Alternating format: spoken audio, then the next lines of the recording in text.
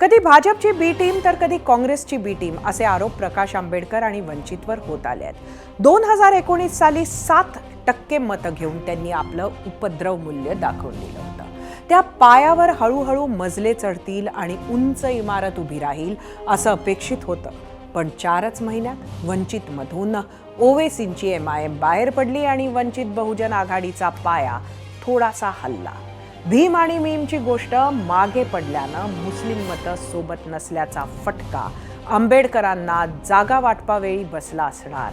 आता आधी उमेदवार कुणी जाहीर केले यावरून काँग्रेस आणि वंचित एकमेकांवर आरोप प्रत्यारोप करत आहेत। एकीकडे हे चित्र असताना दुसरीकडे काही मतदारसंघ असेही आहेत जिथे उमेदवार कोण ते कोणत्याच पक्षाला अजून नक्की ठरवता येत नाहीये। महाराष्ट्रात 5 टप्प्यात मतदान आहे, त्यामुळे अशा तडजोडीच्या जागेवर अर्ज भरण्याच्या शेवटच्या दिवसापर्यंत उमेदवाराच्या वाटाघाटी चालतील असंच सध्याचं चित्र आहे। याचा फायदा कोणाला, तोटा कोणाला हे मतमोजणीच्या दिवशी कळेलच।